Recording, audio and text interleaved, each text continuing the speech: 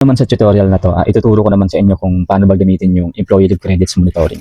Kung ano bang mga dapat munang gawin bago makapagsimula, or ano bang paano ba siya gagana, paano ba siya magamit ang maayos. So unang-una, dito sa source data na sheet, i-list down nyo lahat dito ng type of leaves po ninyo. So at the same time, dapat ilalagay nyo rin dito yung code. So here may example ako dito ng vacation leave tsaka sick leave. So sa part naman na to ng credits, unit, frequency, eligibility hanggang sa service requirements. So ito yung mga condition para kung paano mag-earn ng auto-earn points yung vacation leave. So for example, si vacation leave, makakapag-earn siya ng 10.5 hours per month. And then yung eligibility niya is dapat regular or at least 6 months. So itong mga to is pwede nyo siyang iset based po dun sa company policy niyo pagdating sa leave. For example naman, si BL naman is per day yung earnings nyo naka-days, yung earnings ng leave ninyo, papalitan nyo lang yung hours to days. So for example, sa isang buwan, makakapag-earn si employee ng 1.25 days per month, and then yung eligibility niya is at least regular or naka 12 months na sa company or 1 year.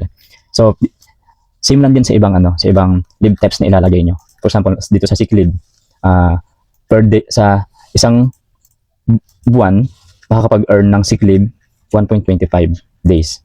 Ayan, so if hours naman, ito papalitan nyo lang to dito. So ganun lang yung pag-set up dito ng type of leaves. So dapat ma-set up nyo ng maayos based po dun sa accrual rules ninyo pagdating sa leave. So for example naman, meron kayong PL or paternity leave. Yan. So si paternity leave, makakapag-earn si employee yearly or sa isang buong taon, meron siyang 5 days na PL sa buong taon, and then yung eligibility niya is at least regular or probationary, or pwede nyo siya ditong iset na 0 kung hindi naman required na may total of months service requirements. So ganun na yung set up nyo dito sa type of leaves na section. So dito naman sa part ng department, so ilalagay nyo lang lahat dito kung ano-ano yung mga types ng mga departments ninyo sa company. So feel free to edit or remove yung mga hindi nyo kailangan dito. Basta editable siya. Ilalagay nyo lahat dito yung mga departments ninyo. Then dito naman sa status, isa-set nyo lang dito kung ano yung mga employment status ninyo. And then dito naman sa month, if ever natapos na yung buong taon, pwede na kayo mag-add ng panibagong months dito. For example, January hanggang December 2027. And then dito naman po sa holidays na section, ilalagay nyo lang po dito yung mga holidays na meron tayo. So dito is naglagay na ako ng mga default na holidays dito sa Pilipinas. And then if sa city ninyo is may ordinance na holiday, so ilalagay nyo lang po siya dito. So ayan, so pag na-set up nyo na ng maayos itong sa source data, so pwede na tayong mag-proceed dun sa encoding ng mga employee or yung master file. So once okay na kayo dito sa source data, nalagay nyo na lahat yung type of leaves ninyo, and then na-set up nyo na ng maayos yung mga conditions kung paano makapag-earn. So next naman is if okay na kayo dito sa source data, so nalagay nyo na lahat dito yung type of leaves ninyo, and then na-set up nyo na yung mga earning points based sa mga type of leaves ninyo. So punta tayo sa employee master file. Ayan. So dito sa employee master file, encode natin dito lahat ng employees ninyo, pati na yung ibang details na kailangan. So bago yon, punta kayo dito sa dito sa section na to. Kung mapapansin niyo, wala pa siyang nakalagay kung anong column o anong mga leaves.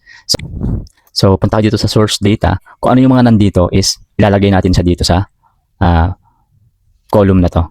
So for example, dito sa leave credit slip from 2025, so yung mga tumatawid lang ng mga na-leaves is for example, BL, ilalagay nyo lang sa dito, VL, and then SL. So ito lang yung mga possible na may mga natirang leave na pwede pang magamit next year. So dito naman, kung mapapansin yung sample ko dito is 3 type of leaves lang. So nag-allot na ako dito ng maraming columns para if ever marami kayong type of leaves, is i-fill upan nyo lang siya dito. So naka-drop down naman siya, automatic naman siya. So for example, vacation leave, sick leave, or paternity leave.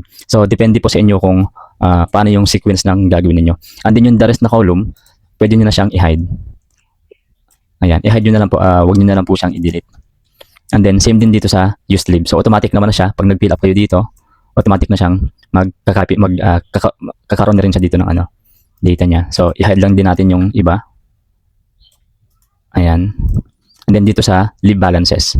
So i-hide nyo lang yung mga columns na hindi nyo naman na kailangan if ever. So dito kasi sa sample natin, 3 lang yung type of leaves ko, pero depende sa inyo kung meron kayong 5. So ilalagay nyo siya dito. So yung sa akin, 3 lang if ever. Ayan. Once okay na po kayo dito, na-set up nyo na, nalagay nyo na dito sa mga columns yung mga type of leaves ninyo, mag-add naman tayo ng mga employee details natin. So lahat ng employee nyo dito is ilalagay nyo i-encode natin siya dito sa template. So ang pipil upan nyo lang dito is from name of employee hanggang regularization date. And then the rest ng columns na naka-highlight is automatic na siya. So wala na kayong pipil upan dito or i-encode. So eto, kasama to sa pipil upan if ever if may mga natirang leaves si employee nung nakaraang taon. So meron ako ditong naka-prepare na data. Ayan. Paste lang natin. So kung mapapansin nyo, automatic na-fill upan ng data yung ibang columns kasi automated na po siya. And then, kung mapapansin nyo dito, sa date hired niya is March 15. So pag di pa siya regular, hindi nyo po muna ito lalagyan ng date. Kung kailan siya na regular, doon nyo po siya lalagyan ng date. So dito naman sa column na to, total months as of today from start of year. Kinakount lang natin kung nakailang buwan na siya simula nung taon ng current year. And then dito naman sa total service of today, as of today from date hired. So counting siya ng kung nakailang years na ba siya sa simula nung na-hire siya. And then dito naman is kung nakailang years na siya simula nung na-regular siya. So dito kung makikita nyo si item name, test name 1 is naka-zero yung VL as LPL niya. And then the rest is meron siyang earn. So based kasi dito sa ating accrual points ng leave or sa sinet up nyo dito sa source data, si vacation leave is ma-earn siya 1.25 days per month and at least regular or naka 12 months sa services niya. So dito kasi si test name 1 is wala pa siyang 1 year or wala pa siyang 1 month. And then hindi pa siya regular kaya naka-zero pa lang siya. So kung if ever for example, ito is na-hire siya nung March 15, 2025 and then na-regular siya nung September 15 for example. So automatic siya mag-regular and then mag-adjust yung computation ng total years of service niya. So since naka 12 months na siya or naka 1 year na siya from the date hired, so automatic makapag-earn na siya ng 2.5 na leaves. So bakit 2.5 leaves? So kasi naka 2 months na siya from as of today from start of year. Next naman dito sa used leave na mga columns or section. So lahat ng mga approved filed leaves ng employees automatic siyang mag-account dito or papasok dito, as well as yung mga leave balances ng per type of leaves ng employee. So dito na lang siya i-monitor. And then yung total leave credit. So naka-total na siya kung anong lahat ng klase na type of leaves niya. Kung specific ang titingnan nyo, so dito na kayo mag-check sa leave balances kasi naka-breakdown yung per type of leaves niya. Once pag okay na kayo dito sa master file ninyo, na-encode nyo na lahat ng employee ninyo and then nailagay nyo na yung mga natirang leave ng employee nung nakarang taon. So pwede na makapag-file. Doon pa lang pwedeng pwede na mag-file si employee. So once kasi nag-file si employee and then wala pa siya dito sa master file, hindi siya papasok dito sa ating filed leaves. So dapat andito muna siya, naka-register na dito sa master file and then na-set up niya na siya. So para din naman sa filing of leaves via Google Form. So yung mga final na leave ni employee via Google Form is automatic siyang papasok dito sa sheet na filed leaves. So pwede naman siyang manual or automation. So kung magma-manual encode kayo dito or di kayo gagamit ng Google Form, mag-encode lang kayo dito sa mga naka-white na columns and then automatic na siyang mag-fill up rin naman ng data. So yung via Google Form naman, so once nag-fill up si employee or nag-file si employee ng leave dito sa Google Form, so automatic siyang papasok dito. And then ang gagawin mo na lang is mag-approve or disapprove ng leave. Try naman natin mag-file ng leave gamit yung Google Form. So for example, si test name 2, magpa-file siya ng leave. Then may remaining vacation leave siya na 2.5. So dito sa Google Form, for example, magpa-file si test name 2 ng leave. Copy lang natin muna itong email. So test name 2 is 103 yung ID number.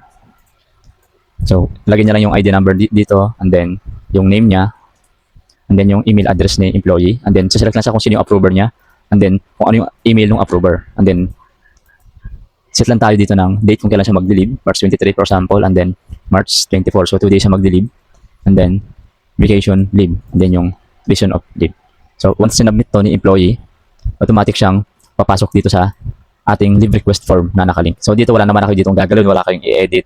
So as is lang siya. So dito lang talaga babagsak yung mga sinubmit na leave ni employee. And then at the same time, dito sa file leaves, automatic na rin siyang papasok yung mga final ni leave employee with complete details. So kung baka marito kayo na gusto ko mag-add dito ng mga fields sa column kasi dito sa form kasi kulang ng fields. So no need to worry naman kasi pagdating naman dito sa file leaves, automatic na siyang papasok and then at the same time yung ibang details is papasok na rin.